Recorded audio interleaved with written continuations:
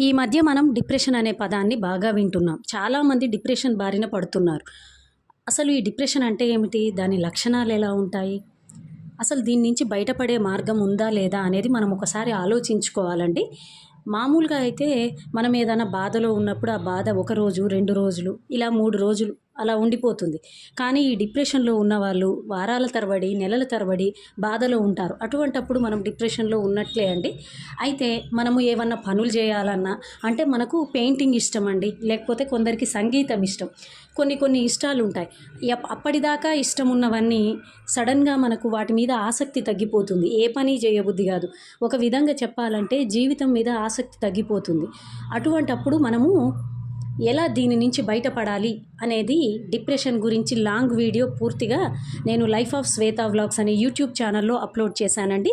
మీకు ఇంట్రెస్ట్ ఉంటే మన ఛానల్ని సబ్స్క్రైబ్ చేసుకోండి. మన వీడియోలను